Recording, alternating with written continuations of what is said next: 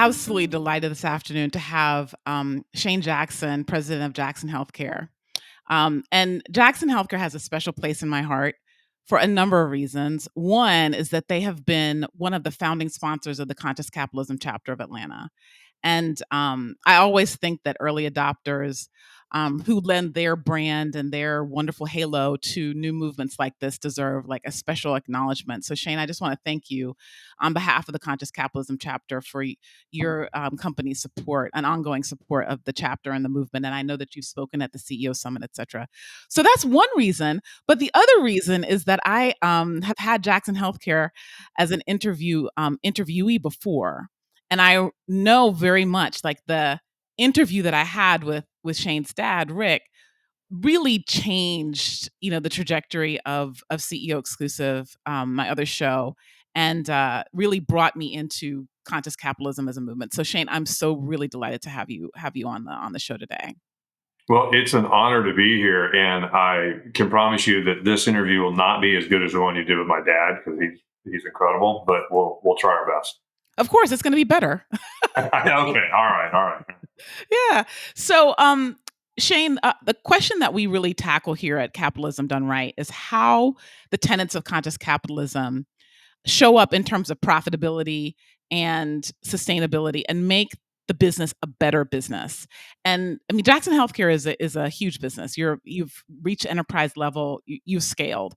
So I'm really, really interested to hear how you're seeing the tenets of conscious capitalism show up on the bottom line. Yeah, well, and I love this question, because I think that there has been an element of kind of surrounding conscious capitalism, especially over the last few years, that has focused more kind of on the, I don't know if this is the right word, but like kind of the human social element, and that sort of thing, and which is important, but it's just all integrated. And let me give you, I guess, an example of this. And there's been a lot of controversy over the last 3-4 years around this whole idea of stakeholder capitalism. Mm-hmm. And you see these big debates around shareholder capitalism or stakeholder capitalism, that sort of thing. And first of all, in conscious capitalism circles, one of the tenets that they talk about is, they don't actually say stakeholder capitalism, talk about stakeholder orientation, right? And so, and I think this is a controversy, frankly, that need not be. And here's what I think about it, is if you ask any business owner who has owned or operated their business for a long time or has a long-term view of their business, they will say, well, of course I am concerned about the well-being of all of my different stakeholders.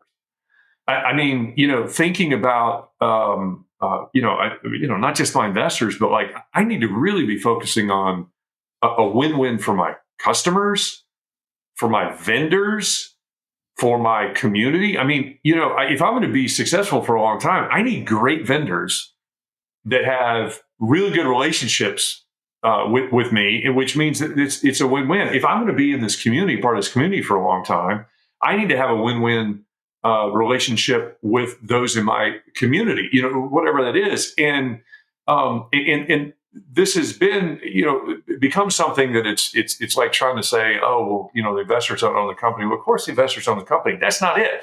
The point is, though, is that if you want long-term success as a business, I would argue if you want short-term success as a business, you have got to figure out how to create great win-win relationships with all of the key stakeholders in your business, right? This isn't just some kind of feel-good philosophy, kind of anti-capitalist kind of thing. It's exactly the opposite. It is that if you want to have a great business that can sustain and grow over time, you've got to have a stakeholder orientation. And anyone who's done that for a long time will tell you. I'll tell you the way this plays out kind of in let's our talk numbers. business. Talk numbers. And so, like, one of the things that we talk about in our business a lot, we have 3 core values. Our number one value is what we call others first. And we just talk about a lot. And when you hear others first. The idea is thinking of others before yourself, right? We didn't come up with this. That's been around a long time. And when you hear it, you think, okay, this is like a relational value, right? It's I'm in a relationship with someone, and I need to think of their needs and which, by the way, like that is a really good thing to do for someone you're in a relationship. Is really kind of think about them for you and all that. But what I try to explain to our people is that this is a brilliant value to drive strategy. Here's what I mean by this.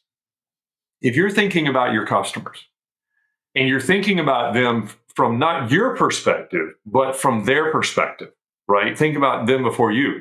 What are their problems? Like, what are the things that they're struggling with? What are their needs? What are the issues keeping them up at night?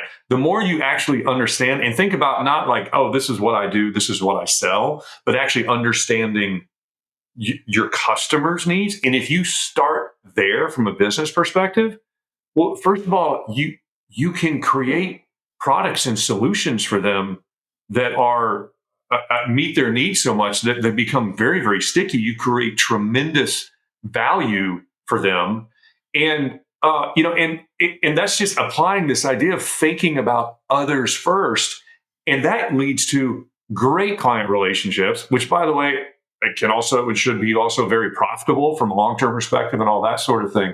And it's just one of these examples, like people's like, this is not just a like, hey, if you want to get along with people or this kind of higher calling kind of thing, although it should be, this is a very practically, if you view everyone you encounter with from an others first perspective, thinking about really their needs before your own, enables you to have great success.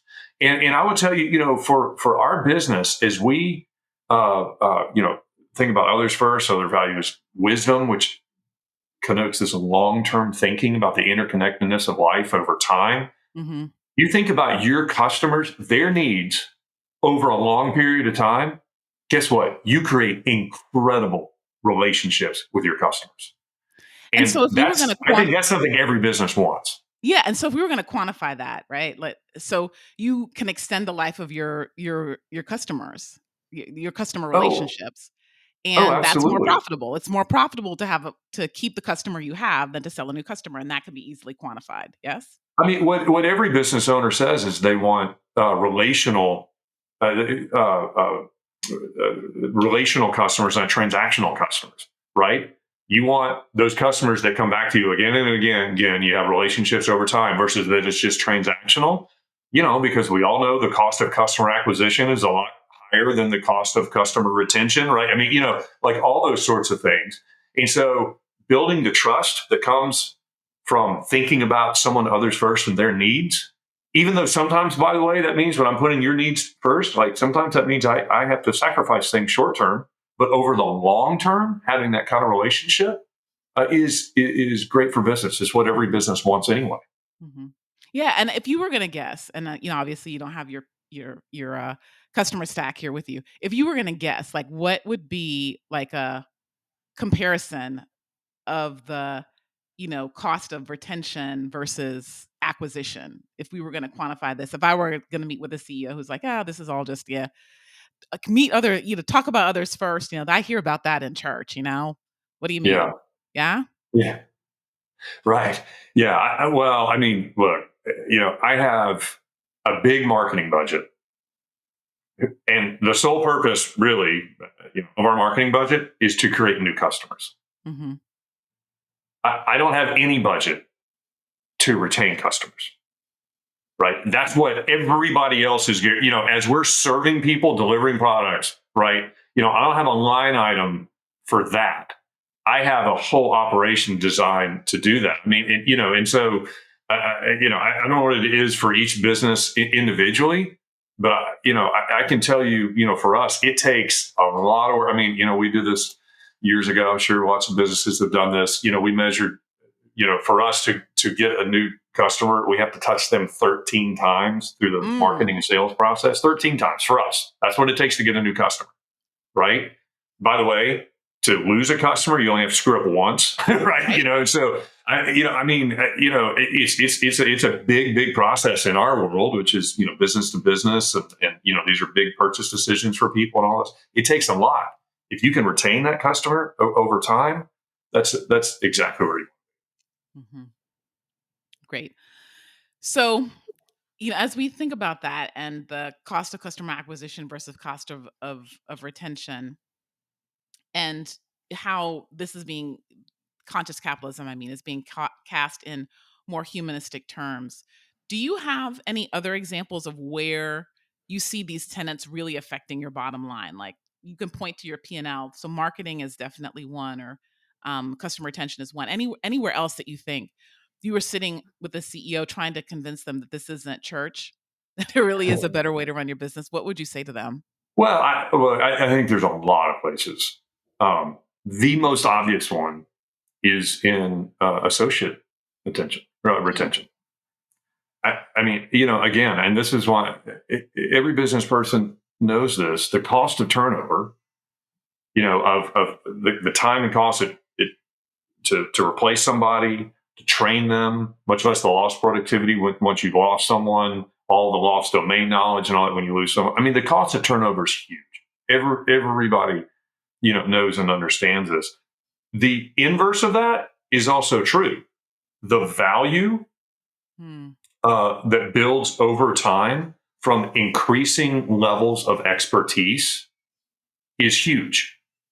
And and this is one of the things for us, year after year after year. We are able to get data about our industry and that sort of thing. And year after year that we have turnover rates, meaning the percent of people that leave us, is substantially lower than our competition. mhm, Which means for me is that when I have someone who is serving a customer, that person has worked in that seat, for us for 6, 8, 10 plus years.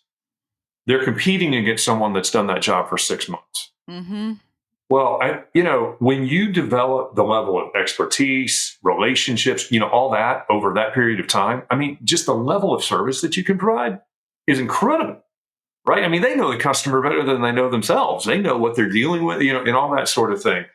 And so this whole idea of thinking about, especially as a leader, the people that you have the opportunity to lead from the perspective of what are their needs, right? What is going on in their life? How can I help them? How can I serve them? Isn't just, because it's like the nice thing to do, but you need them, right? You need them to accomplish the goals that you have, together as a business, as a team, and all that. And look, the reality is that we have a saying that we use, and it's actually the title of the chapter in my book, that says employees are volunteers, managers are stewards. mm, And this is our mindset towards everyone that works in our business, is that they are there voluntarily, not from the perspective that they're not getting paid. I mean, we're paying them, but these are smart people who have lots of options, right? mm, They have made the choice voluntarily to come work with us. They have made the choice to say, I'm going to come and spend my time and energy here, and I'm going to trust it to you as a leader. This is that idea of manager as a steward.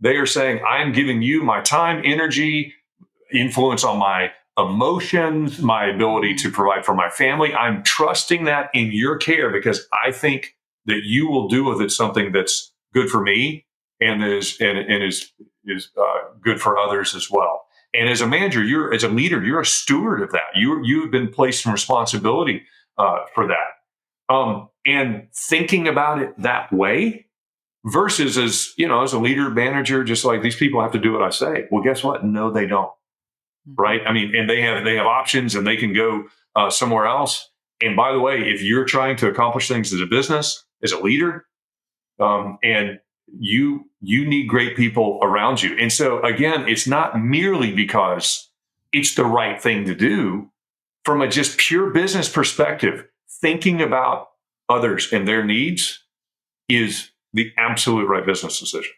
So help me understand, why aren't more people doing it? Why do these principles feel so hard to actually instill in your average, whether or not it's, small business or even a larger business? These principles don't seem to be uh being adopted. Why do you think that is? Yeah, I think this is a learned skill, not a natural one. And here's how I say this: anyone who's had kids will tell you, um, you don't have to teach a child to be selfish, right? Anyone that's had a 2-year-old, that's been through the mine, me, I want that, right? You don't have to teach a child to do that. You have to teach them to share, right? And you have to teach them.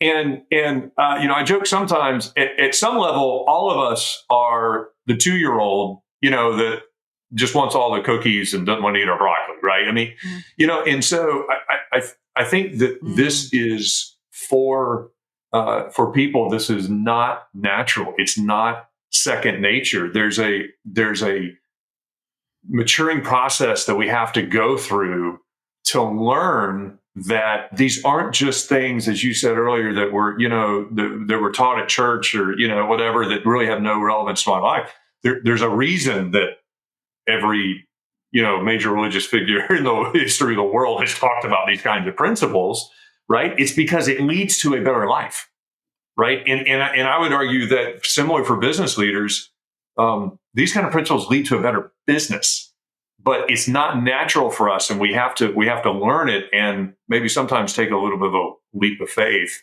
as we learn how to apply it. Mhm. Yes, listen, I think we could do a whole other interview on that. So much of this is about reparenting. Like, so much of business and being a business owner and being a business leader is actually reparenting people. It's a huge thing, and I keep Jeff, our producer, I keep saying, Jeff, at some point we're going to get to this topic, and we most certainly will, because it's actually really important. But I think that what you're saying is absolutely, absolutely true. Um, and so, just to spend one more minute on this, I think, as as you think about that these are principles that take a level of maturity to execute and to live with and to teach others. How do you do that? How do you begin to share and transfer some of those values and some of these things when people, it may sound, I don't know how it's gonna sound, but a lot of people are not functioning at their highest adult level. I function at the level of a 10-year-old most of the time, but you know what I mean? How do we Yeah. get people to be more mature? Well, yeah. It's if you're at 10, I'm at 9, so maybe you're ahead of me. I don't know. But so I talk about this from two perspectives. One, I do think that there are some kind of core values that people have that we largely pull out of our childhood that are very, very difficult to change as an adult. I mean, just to be fair, and we talk about this a lot in our business, that we want everyone to be very clear about what our core values are that drive our actions, because if at some fundamental level they don't resonate with you, you're just not going to fit in, right? Okay, but that said, um, we think about how you go into a group and kind of how you learn how to interact in that group. It's like, what do we do here? What do we not do here? Whatever. It's this idea of how do you learn a culture? We learn culture through two ways, primarily, just as humans. We learn it primarily through experience, right? We see things, we go through things, and we learn. We go, okay, this is what we do. This is what we don't do. I did this and it worked. I did that and it didn't work, and now I've kind of formed that belief, right, through experience. The other way we learn is through storytelling. It's through lore. It's through and hopefully people get this experience with their parents of like, let me tell you about the time this happened to me when I was a child. Let me tell you about your grandparents. Let me tell you about this experience, right? And we learn these things, and we hear these things, and we get the context for them, and we start forming these beliefs. And so, for us, as we bring people kind of into our organization, we're first of all looking for some kind of just core resonance with the values, but then we really try to expose them to these ideas like we just talked about around like, all right, what does it really mean to think about your customers? What does it really mean? How do you apply like actually others first to your vendors, and why should you do that, right? So we think about that training from those two perspectives. How do I bring you in and let you have an experience in this so you can see this and start forming that belief? And then we do a lot of storytelling, right? Hey, let me tell you about the time, right? Oh, hey, I need to give you the background on this. Let me tell you this story, right? And it helps people start kind of connecting the dots and learning how to behave, what not to behave, what not to do. And I do think some of the kind of beliefs that people have on things that work and don't work, they can be changed over time. But the way people learn, and especially the way they change, is through experience. It's through getting the context, not just based on something that they read, but something that impacts them. Mm. Awesome. And as we talk about behavioral issues, I would love to speak with you specifically about an event that I went to at Jackson Healthcare that I found so impressive. A few weeks ago, for folks who are listening or watching, um, Jackson Healthcare had like a mental health symposium, and people in business suits were talking about mental health, and I was like, my goodness, like people Mhm. said this word, and like a few years ago before COVID, like you couldn't even say that word in public, much less in a serious business setting. People would dismiss you and think, oh well, she's crazy, that's why she's talking about mental health. So I found that very impressive. And as we think about behavioral health culture and shifting a culture towards being able to be transparent about mental health issues, I'm very intrigued and would love for you to share with folks why you thought it was important enough to sponsor this massive event, for people to talk about mental health, and why you think this is a C-level, C-suite issue. Yeah, I'm so glad that you wanted to talk about this because it's just, I think it's so important. So, first of all, part of the reason I'm so aware of this and passionate about it. So, we're one of maybe the largest provider of psychiatrists in the country. Mm, And so, we really, really know and understand the demand for mental health services in the country right now and what it's done over the last few years. And part of that is realizing that we do not have enough mental health professionals in our country to be able to meet the demand for their services. And we just don't, and we're not going to anytime soon. I mean, this is the reality. And I don't think most people understand that. And because of kind of what we do, we get to see that. And so realizing that the answer to this can't just be, oh, well, we need to engage them with a mental health professional because we can't solve the whole problem that way. But it still means that we have a challenge in our communities and in our societies and in our families, by the way, with mental health. And it is a real thing. And we can talk about and speculate why that is and what's going on and what's causing it and all that sort of thing. And that, I think it's an important discussion. But for whatever reason that is, this is where we are. why is this a business And, issue, Shane? Why do you think well, this is a and business issue, though? as a leader, the one of the things we want to deliver in that is that you probably already understand this, but if you don't, you've got to recognize that mental health challenges are impacting your team, right? They're impacting either the people that work for you or their family members, or it may be you, or someone that they've got, that they're struggling at home and all that sort of thing. It is impacting you. And so is first of all awareness of that, and then second of all is an awareness that, look, I'm not a psychiatrist, I'm not a psychologist. Most business leaders are not, and so we're not going to be in the role of treating people and all that sort of thing. But we do have to recognize the tremendous influence and impact we have on the people that we lead. Mm, and realize that we do, in fact, have a role to play in at least not making the problem worse, Mm. and hopefully to some level being a part of the solution. And so the reason we decided to do that event, and it was so well attended, because I think there a lot of people realize this. Like, we're not the only ones that know this. Is simply saying, like, guys, you got to understand, as a leader, this is something that's impacting you, and we need to have a better dialogue around what is the role that leaders can play in hopefully becoming part of the solution. Mhm.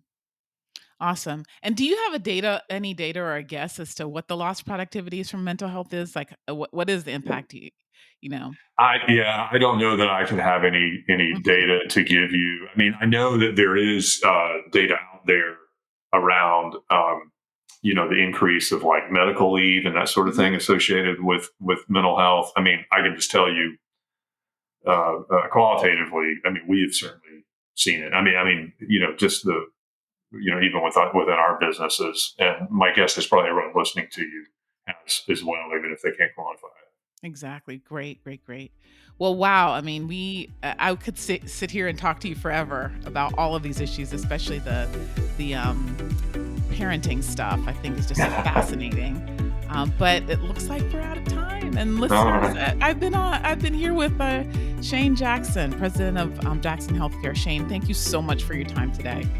It's been a So pleasure. great to be here. Thanks for asking me.